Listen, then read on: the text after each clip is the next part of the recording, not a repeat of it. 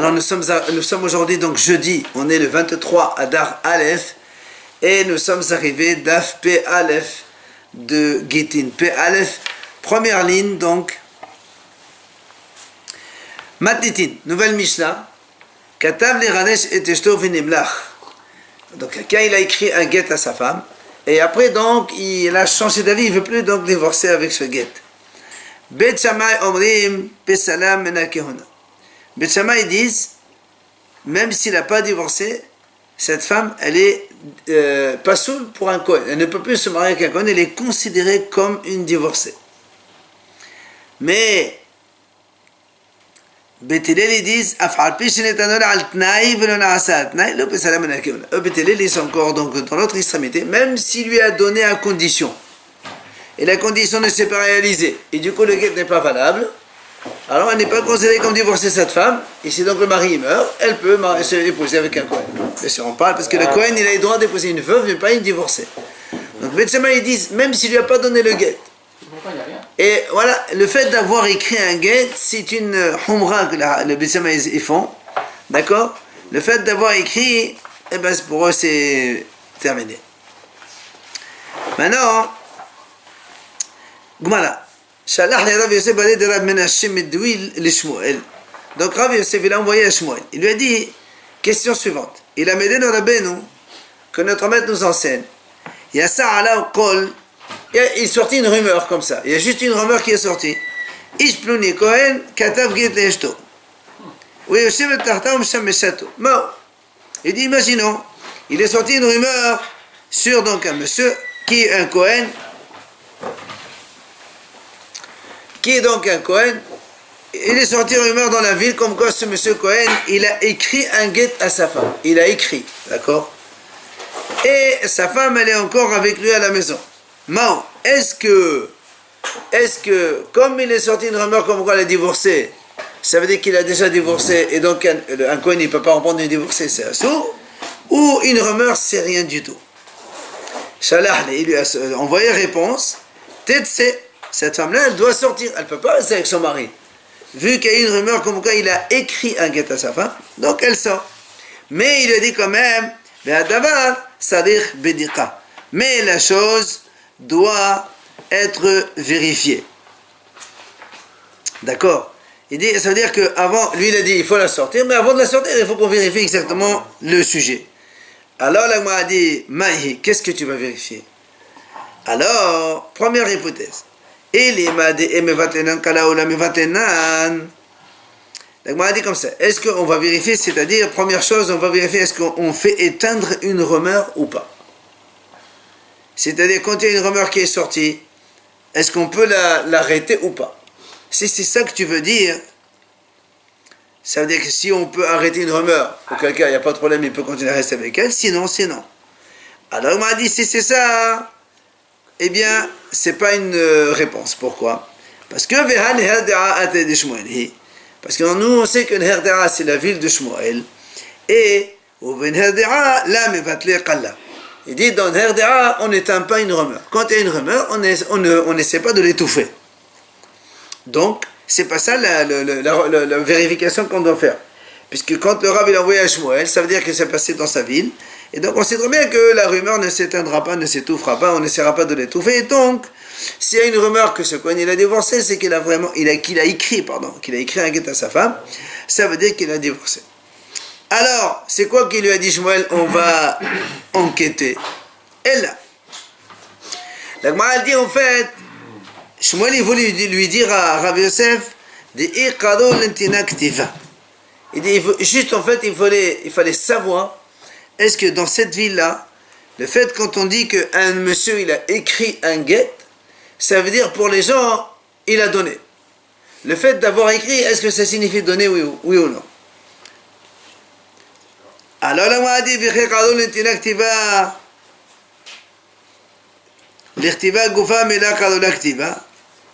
on m'a dit alors, même si tu dis que quand les gens, ils appellent donner, ktiva, ça veut dire donner. Mais écrire aussi, les gens, ils appellent ça écrire. Donc,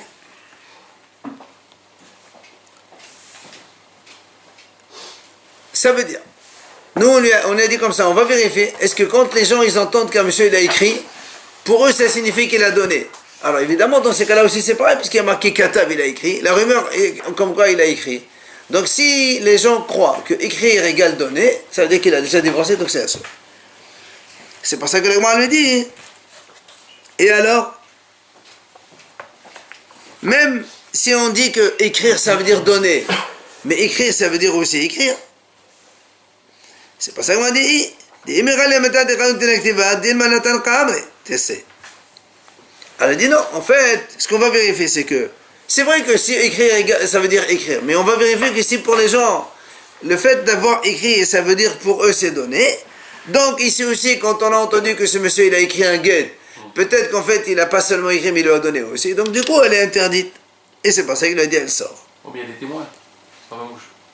On parle pas de témoins. Non mais je veux dire là une rumeur, sur une rumeur on va faire que... Justement le fait parce que... ouais. Parce que oui c'est ça, tu avais vu les comment ils ont été marmés. Ouais, là il a écrit carrément. Or s'il a écrit et que les gens pensent qu'écrire égale donner, pour eux c'est avoir donné, alors il n'a pas le droit de rester avec elle.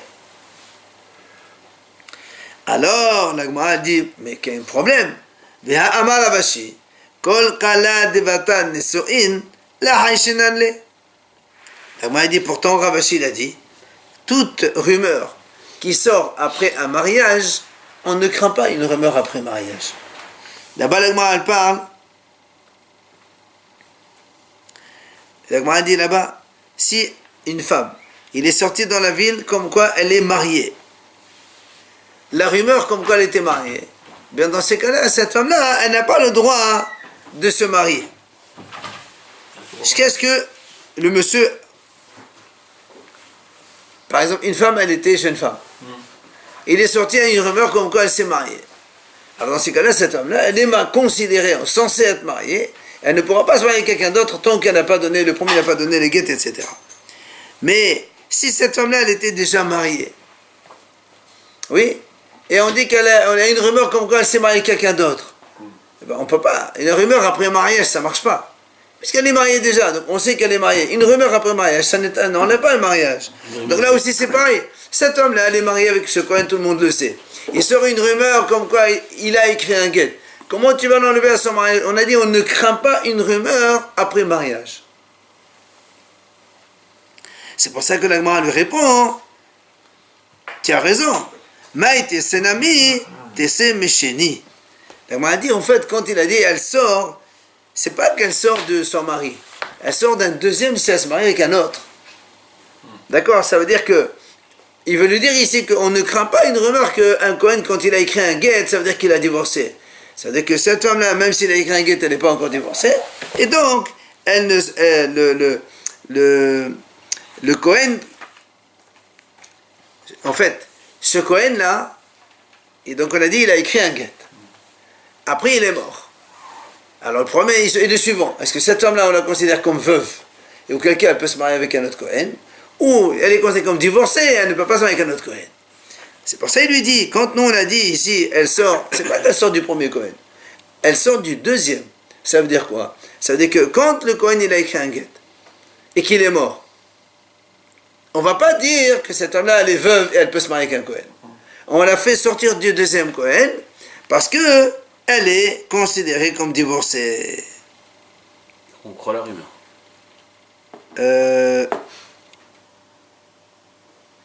Non, on ne peut pas, quand il y a une rumeur après mariage, on ne la croit pas.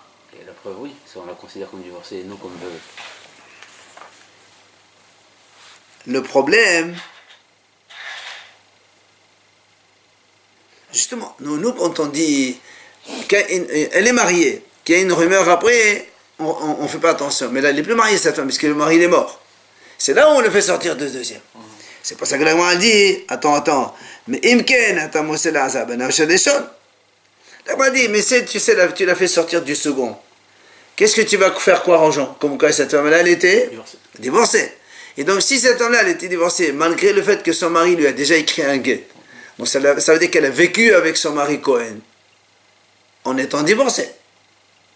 Et donc, tu vas faire croire que les enfants qui sont nés, c'est pas des vrais Kohanim, puisque le Kohen il a réépousé une divorcée. C'est pas ça qu'il dit, tu vas sortir une mauvaise rumeur sur les enfants du premier. Alors la Gemara dit non. Pourquoi? Là,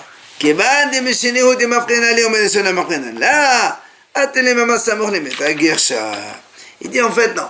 Puisque on va faire sortir du second et pas du premier, on n'a pas fait sortir, les gens ils vont dire il a divorcé juste pour de sa mort et pas au début. C'est pour ça qu'on a sorti de deuxième. Donc il n'y a pas de problème. Sur ce, Amar Rabba Bar Hana, Amar Rabbi Yohanan, Mishum Rabbi Yehuda bar Elai.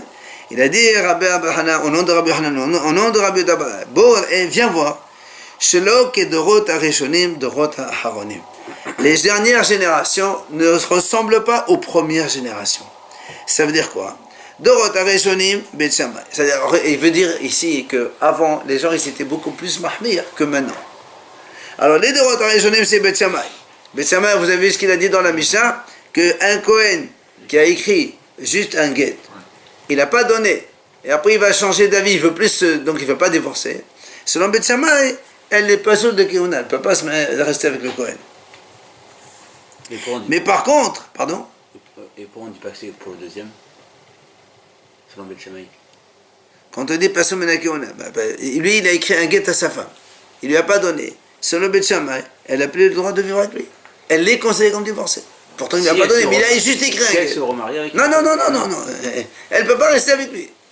Parce qu'elle est considérée comme divorcée pour Bet Shammai. Grande Humra. Par contre, il dit de Rota Haronim, c'est que de Rota Haronim, c'est Rabbi Doussa. Qu'est-ce qu'il a dit Rabbi Doussa? Détania. La Braïda dit comme ça. Shevouya Ochelet Betrouma devrait Rabbi Doussa. Une femme qui a été capturée par un goy, une femme mariée avec un Kohen, qui a été capturée par un goy. Nous, on sait qu'une femme mariée avec un Kohen, même si elle est violée contre son gré, elle est interdite à son mari. Or, nous, on prétend que quand un goy il capture une femme, il la viole. Alors, or, le Rabbi de ça lui dit non, elle peut manger même la trauma. Ça veut dire pour lui, on ne dit pas que le goy, il l'a violée. Pourquoi? Amar Rabbi de ça, Vechima Asala Aravise. Mais lui, Rabbi de ça dit non, le gars il a voulu peut-être s'amuser un peu avec elle, mais il n'a pas été jusqu'à faire l'acte. Et donc, elle n'est pas considérée comme violée, et c'est pour ça qu'elle peut manger la trauma. Donc on voit l'extrême. D'un côté, Bet Shammai, ils disent, même s'il a écrit un guet, elle est interdite. Lui, il dit, même elle a été capturée par un goy, elle peut rester avec son mari encore. Une femme qui a été violée par un goy. Elle est interdite à son mari Cohen. La Cohen. Ah oui, pas Cohen. Ah non, c'est femme d'Israël, même par un juif, si elle était violée, elle continue avec son mari. Une femme juive mariée avec Israël, si elle est violée, elle retourne avec son mari. Dans le même registre, on a une autre idée. Donc toujours il dit comme ça.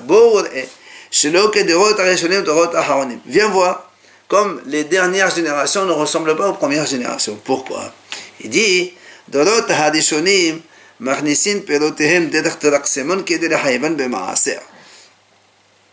savez que avant ils avaient de la récolte, il fallait prélever le maaser, trouma et tout ça.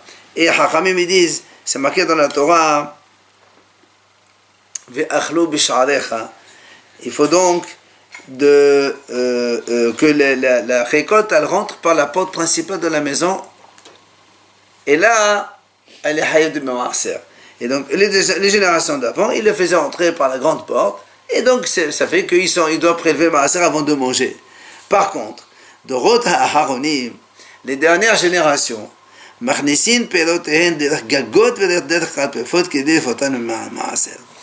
faisaient entrer la récolte pas par la porte, mais par le toit. Comme ça, quand on a rentré par le toit, ça veut dire qu'elle n'a pas encore, on n'a pas amené les fruits par la porte principale, du coup, il n'y a pas encore obligation de prélever le maaser. À un moment donné, il va le faire quand même, de prélever le maaser. Et non, justement, parce que S'il met sur le toit, il n'a pas l'obligation de le faire. s'ils ne voient pas la porte de la maison, pour eux, et voilà, ils ne prennent pas le maaser. C'est permis de faire ça. Oui, enfin, c'est permis. Disons qu'on te donne une possibilité de le faire, mais si tu utilises un autre moyen et que ça t'enlève, ça te dispense de faire, voilà, tu es dispensé.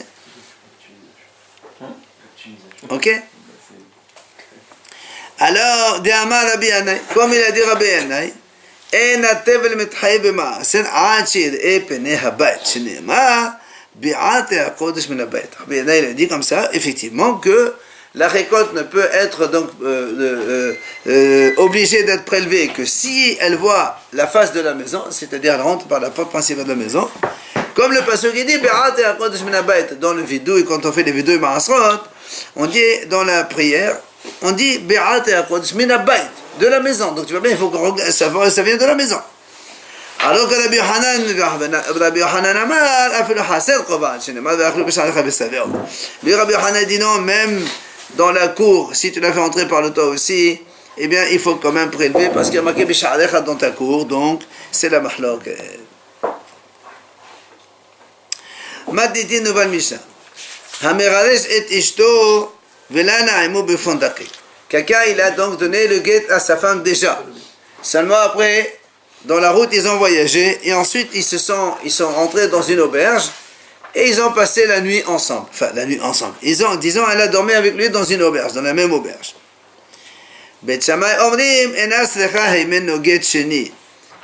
Ça veut dire que selon Bet Shammai, même si ils ont dormi dans la même chambre, on n'a pas besoin d'un deuxième guet. Parce qu'on ne dit pas qu'il a eu une nouvelle relation avec elle. Et là, ils ont dormi dans la chambre, ils s'étaient divorcés, chacun dans son coin. Et le guet premier, il est valable. Par contre, au Beth Hillel, même c'est le guet chéni. Beth Hillel, eux, ils disent non. Dans la mesure où on a la preuve qu'ils ont passé la nuit ensemble dans une pièce fermée, ça s'appelle Yehoud. Alors pour nous, ça vaut relation. Et donc, il s'est remarié avec elle une deuxième fois, et donc il faut un deuxième guet. Mais il dit, il faut un deuxième guet. Mais il y a quand même, la Mishnah nous donne une nuance. Et matai, quand est-ce qu'on a dit cette mahlok?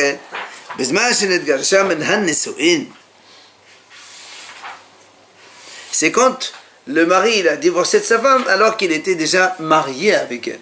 Il y a vrai mariage. Par contre, au modim,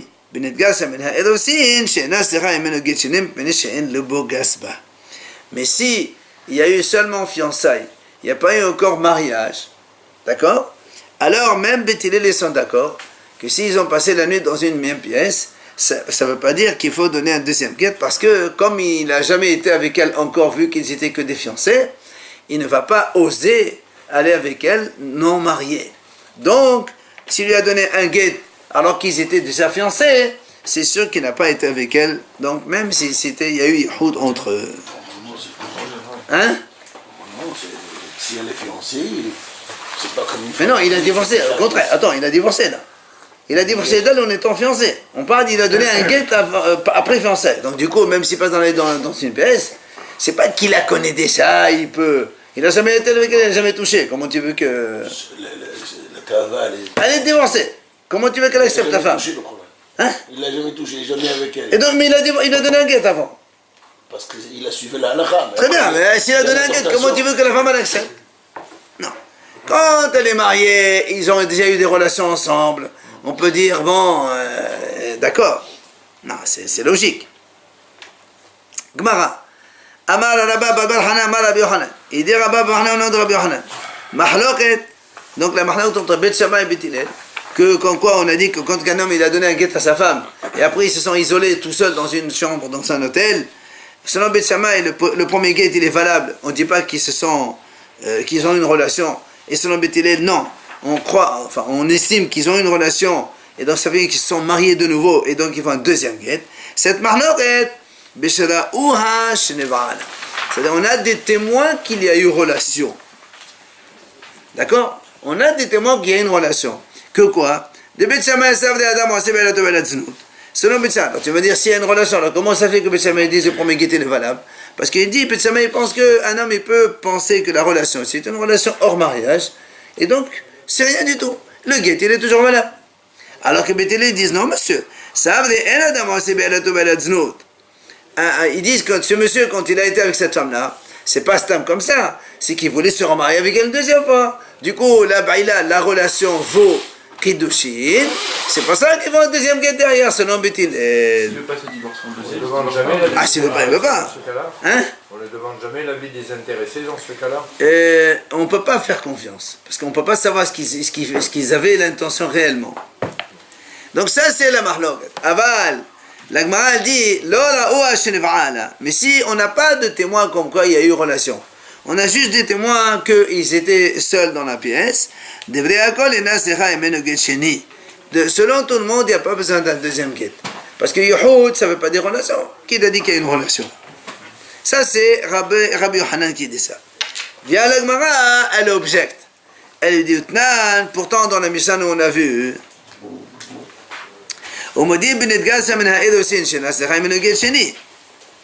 pourquoi?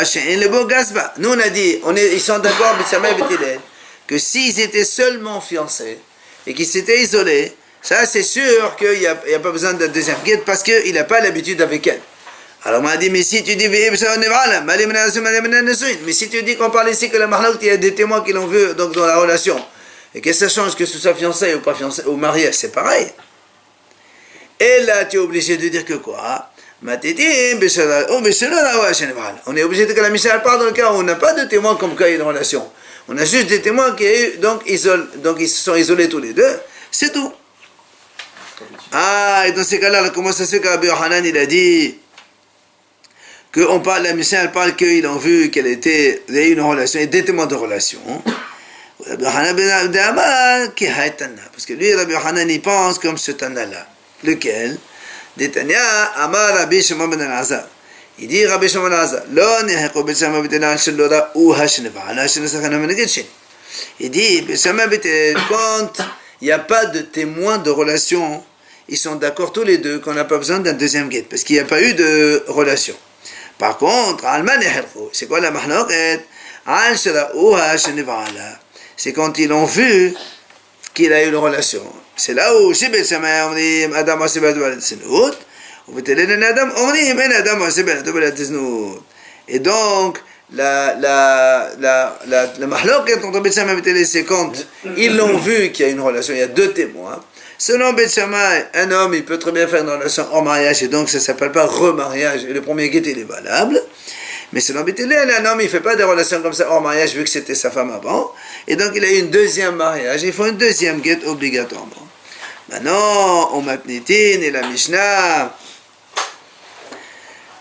Mishnah de Oqimna blola o shenev'ala. Et quand Rabbi Yohanan dit que la mahlok elle est shenev'ala b'mei pliri, c'est quoi la mahlok alors quand il n'y a pas eu de témoin de relation?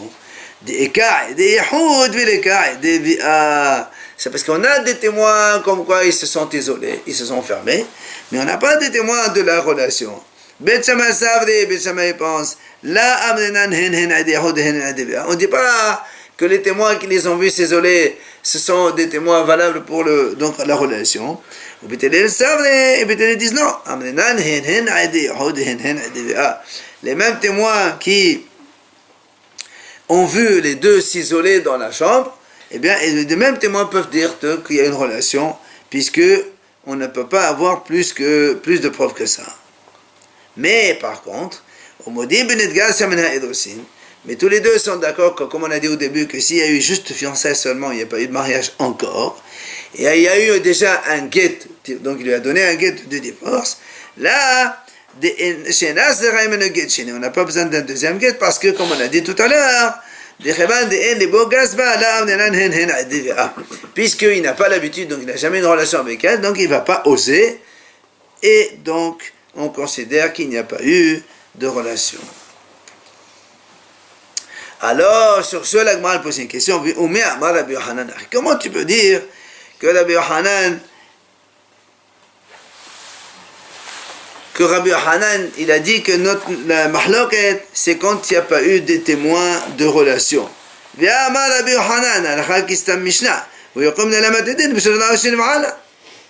D'accord? Comment tu dis que Rabbi Yohanan, il a dit que la mahloket, c'est que quand ils ont vu qu'elle a une relation.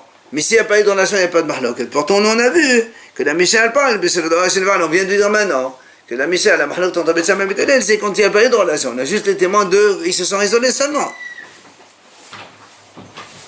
Alors la Gemara dit Amoraïn en hova le bad Rabbi Yohanan. Ce sont deux Amoraïm qui ont donc interprété. Chacun, il a entendu de Rabbi Yohanan comme cela.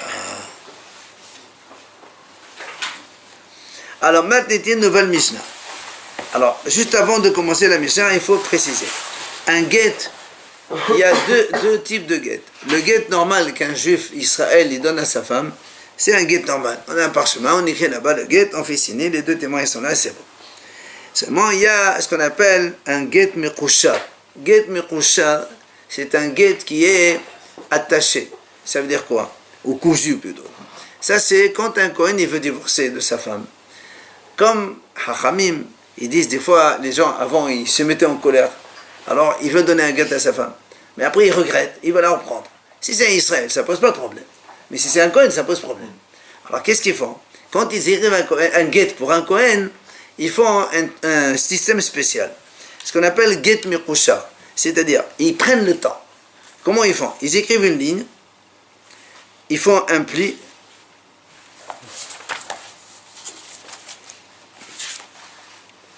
Par exemple comme ça. Ils écrivent une ligne et ils font comme ça. D'accord? Alors, ils écrivent une ligne ici au-dessus, ils plient. Et ils cousent, ils mettent une couture. Après, ils écrivent une deuxième ligne, et encore de nouveau. Et encore une fois. Comme ça. D'accord? Et on coud. Et sur chaque pli, il y a un témoin qui signe. C'est pas guet mekusha. Donc un guet attaché. Ça fait perdre du temps. Comme ça, le Kohen, il a le temps de reprendre ses idées, de se calmer, et s'il dit je ne veux pas divorcer, il ne divorce pas. Mais parce que s'il a divorcé, c'est terminé. Il écrit doucement. Voilà. Ouais, mais c'est ça, comment tu écris doucement? Doucement. Tout le monde écrit doucement. Et s'il le remet pas tout simplement, ça suffit. Hein? S'il le remet pas, ça suffit pas. Sinon Si on l'écrit normalement, il le remet pas. On lui laisse le temps, ou on lui donne plus tard, ou encore. Il veut un guet. Tu vas dire non. Alors prends le temps. Comme ça, au moins, si entre-temps il se calme, on va te dire je ne veux pas. Alors c'est pour ça maintenant. Donc ce qu'on appelle ça, c'est guet mekusha. Et dans le guet mekusha, Hachamim disent, c'est vrai que normalement sur chaque pli, il va y avoir une signature d'un témoin.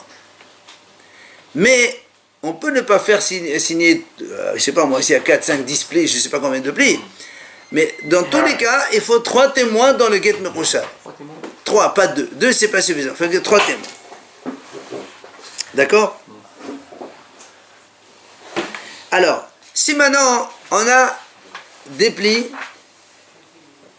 mais dans un pli, il n'y a pas une signature. C'est-à-dire, on a 4 plis et on n'a que 3 signatures.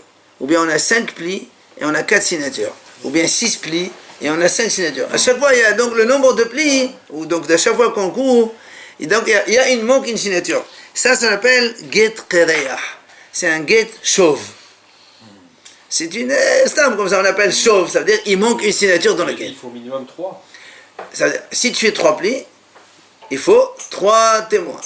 4 plis. 3 témoins en tout, quel que soit le nombre de plis. Non, c'est minimum. le minimum c'est 3. Ouais. Mais s'il y a 6 non, s'il y a 6 plis, il faut 6. Non, sur chaque pli, il faut un témoin. Différent. Pas le même à chaque fois. Bien sûr, c'est différent. plus. Bien sûr, c'est différent. C'est pas Pourquoi le c'est même. le C'est même. quoi cette notion de 3 alors minimum? Je sais pas compris. Ça veut dire que sinon ça s'appelle plus guet mekusha. Si tu fais un guet normal et tu fais 2 témoins, ça c'est un guet normal. Non mais il y a un nombre de minimum de témoins, vous avez dit 3. Voilà. Parce qu'il y a des plis. Tu ne peux pas avoir une ligne, 2 lignes. Au minimum, on va avoir 3 plis. C'est-à-dire qu'il faut un témoin en plus par ligne. C'est ça? 2 témoins plus le souffle. Un témoin en plus par ligne. Il faut un témoin par ligne, c'est tout. Non, en plus. Non, Par pli. voilà, par pli. Par pli. Ouais, mais C'est ça. un pli, Un par pli, c'est pli. une ligne. C'est ça. Donc voilà, exactement. D'accord, sur chaque pli, il y a. Sur chaque pli, il y a une signature. Donc il faut. Allez. C'est ça? Voilà, maintenant, Knasa, la Mishnah. Alors on va comprendre la Mishnah. Knasa beget kereah. Donc on a dit, un get, il est chauve. Ça veut dire quoi, il est chauve? Ça veut dire qu'il manque une signature sur un pli. Donc, quand il manque une signature, le get n'est pas valable. Donc, du coup, le get n'est pas valable. Le problème, c'est que cette femme-là, elle est partie se marier avec quelqu'un d'autre avec ce get pareil. Et là, la Mishnah, elle dit, évidemment, Elle sort du second, elle sort du premier, l'enfant est même. C'est tout ce qu'on a dit là, hier sur les différents cas bizarres, là, la même chose ici. Maintenant, Get Kherea, la Mishnah nous dit, S'il manque une ligne, elle n'est pas divorcée. s'il manque une signature. Une signature. Bah oui, Oh, même si c'est signé en bas. même si c'est signé, on a dit, c'est pas la signature en bas qui marche. Si maintenant, Get Kherea, Hakol Mashimin ala devri ben nanas. Quand on a un get, il manque une signature par exemple. Selon Benanas, on n'est pas obligé de prendre des témoins valables. Puisqu'il y a déjà 2 témoins qui sont vrais. Une 3e signature, tu peux rajouter même une femme, même un esclave, même n'importe qui. Ceux qui ne sont pas pasoul, voilà, le frère, la grand-mère, tout ça c'est pareil. Par contre, Rabbi Akiva omer, en mashimin alav illa kedovin hari'uyim li'ad b'makom aher. Rabbi Akiva a dit non, on ne peut pas faire signer n'importe qui. Mais on peut faire signer un proche. Le frère... Cela et d'autres. Oui, pas cela et d'autres. Mais on a déjà 2 témoins valables. Et pour un 3e, on peut rajouter quelqu'un qui est proche. Mais pas une femme ou pas un esclave ou pas un truc. Parce qu'il faut que ce proche, il soit apte à témoigner pour un autre témoignage. Donc il faut quelqu'un de cachère. D'accord? Ça c'est Rabbi Akiva. Benanas il dit on peut mettre n'importe qui, même un esclave, même une femme, même qui tu veux. Alors Rabbi Akiva dit non, on ne peut mettre qu'un proche qui pourrait témoigner dans un autre domaine. Enfin, la Mishnah dit qu'est-ce qu'on appelle get chauve? Donc on a dit le nombre de plis est supérieur au nombre de témoins. Alors Gmara a dit c'est quoi cette notion? Pourquoi tu dis get c'est pas bon? Pourquoi il manque une signature, c'est pas bon? Parce que parce que nous on craint que quand on a fait ça, le Kohen il a demandé à plusieurs personnes écrivez signer le témoin, le get. Or, s'il y en a 7 ou 8 par exemple, et dans un pli il manque un témoin, on craint que le monsieur il a demandé à tout le monde de signer. Et il n'a pas signé. Quand on n'a pas signé, le get il n'est pas valable, il n'est pas sourd. C'est pour ça que les Haramim ont dit donc définition, get mais il manque une signature, c'est pas bon de façon générale. Alors on a dit après, on a dit rappelez-vous, quand il manque une signature, avant qu'il donne le chose, on peut amener un autre témoin. On dit, voilà, tu signes ici. Et on a vu Mahlok entre Benanas et Rabbi Akiva. Benanas il dit tu peux faire signer n'importe qui. Alors que Rabbi Akiva il dit non, il faut qu'un proche qui pourra signer dans un autre domaine. Alors le Gemara dit Rabbi Akiva, Aeved ma'etamala. Pourquoi Rabbi Akiva il dirait pas qu'un esclave aussi serait valable? Puisque de toute façon c'est en plus. On a déjà 2 témoins cachés, c'est en plus. Alors en quoi ça te dérange? Alors il te répond, Rabbi Akiva il dit non. Des ateliers même cachés les doutes. Parce que si tu fais signer un esclave, les gens ils vont croire, comme son nom figure en tant que témoin, c'est que ce témoin il peut témoigner dans d'autres domaines. Or c'est pas vrai, c'est un esclave il ne peut pas témoigner. Donc pour éviter la confusion, Rabbi Akiva dit on ne fait pas signer un esclave. La Gemara dit, non, mais dans ces cas-là, un proche aussi, c'est pareil. Si tu veux que le proche il a signé dans ce document, alors ils vont dire, il peut signer aussi dans un autre document de ce monsieur, alors que c'est un proche, il n'a pas le droit de témoigner dans un autre domaine, pour ce proche-là. Alors la Gemara, elle change. Tu sais pourquoi Rabbi Akiva a dit le Eved non, et la Eved haïnotam. Des din ma'at la soqi li yuhasin. On a dit non, Rabbi Akiva dit, si tu fais signer un Eved, les gens ils vont croire que c'est un témoin valable. Et donc ils vont croire que c'est un bon juif. Ils risquent de lui donner ça à leur fille, etc. Or c'est un esclave, l'esclave ne peut pas se marier avec une fille normale. C'est ça, As-Suqil Yohasin. On va lui donner Yohas, c'est-à-dire comme quoi une ascendance correcte, et donc on peut se marier avec lui. Alors c'est pas vrai. Alors la a dit, si c'est ça la raison, Gazlan de Val Yohasin Holit, Kesha. Alors maintenant, la Gemara dit, si c'est ça la raison, comme quoi il y a un problème d'ascendance, alors un voleur, on peut le faire signer. Un voleur juif, il a une bonne ascendance. Pourtant, Rabbi Akiva a dit non, un voleur il ne peut pas signer dans ce cas-là. Il n'y a qu'un proche qui peut signer. Donc tu vois bien que ce n'est pas un problème d'ascendance, de généralité. Il n'y a pas de problème de généralité, parce qu'un voleur c'est un juif quand même. Et là, la Gemara a dit non. Gazan, la Gemara dit non. Tu sais pourquoi les Eved, on n'accepte pas, Rabbi Akiva n'accepte pas, parce qu'il a peur que après les gens ils vont croire qu'il a été libéré, ce monsieur. Un Eved, tu les fais signer, ils vont lui dire, tiens, il est libre, ce monsieur. Et donc ils vont le croire que c'est un juif. Gazlan, Amiyatul Matshuva, Avad. Un Gazlan, ils vont croire les gens qui l'ont fait tchouva, si tu les fais signer. C'est pas ça, Rabbi Akiva dit non, c'est pas valable. Alors, pour un proche, qu'est-ce que tu crains? Les gens ils vont dire quoi? C'est un proche. Ben, tout le monde sait que c'est un proche. On connaît la famille. Les familles, les gens ils connaissent les familles entre eux. Et donc, c'est pour ça qu'il n'y a que le Karov qui peut signer. Amar Rabbi Zera, Amar Rabba Bal She'ilta, Amar Rabbi Nassava, Amar Rabada Bal Ahava. Donc tout ça, les Hachamim, ils ont dit. Get Kereah, c'est quoi un Get Kereah?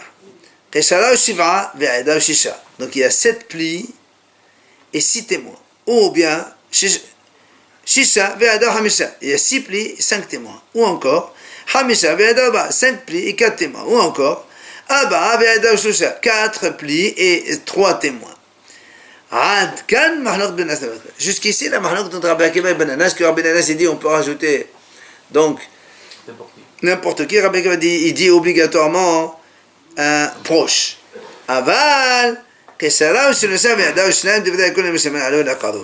mais quand il y a 3 plis et qu'il y a 2 témoins cachés, même Ben Anas il est d'accord que là on ne peut faire signer qu'un proche. Il ne peut pas mettre n'importe qui. Ça c'est ce qu'il dit Rabbi Zera. Alors, Amal et Rabbi Zera et la Baba Sheta, puisque Rabbi Zera il a ramené ça au nom de Rabba Basheta, il lui dit pourquoi? Merdi kol susabim koshat, kisam befashodami. Il dit de toute façon, nous on sait qu'un guet normal, il faut 2 témoins valables. Et un guet comme ça, plié ou attaché, il faut 3 minimum. On a dit tout à l'heure, il faut 3 minimum. Alors pourquoi? Pourquoi comme dans le guet normal, il faut 2 témoins cachers 100%. Alors dans le guet Mekoshat aussi, il faut 3 témoins cachers. Pourquoi tu dis dans le guet Mekoshat, tu acceptes 2 témoins avec un autre proche, c'est pareil. D'accord? Amal, il lui a dit, c'est vrai. Moi aussi je me suis posé cette question. Et j'ai posé la question à Rav Hamnouna. Et Rav Hamnouna il a posé la question à Rav Adaba. Il a répondu il a dit tout simplement parce que le get Mikroshad il n'est pas dans la Torah. C'est pas dans la Torah.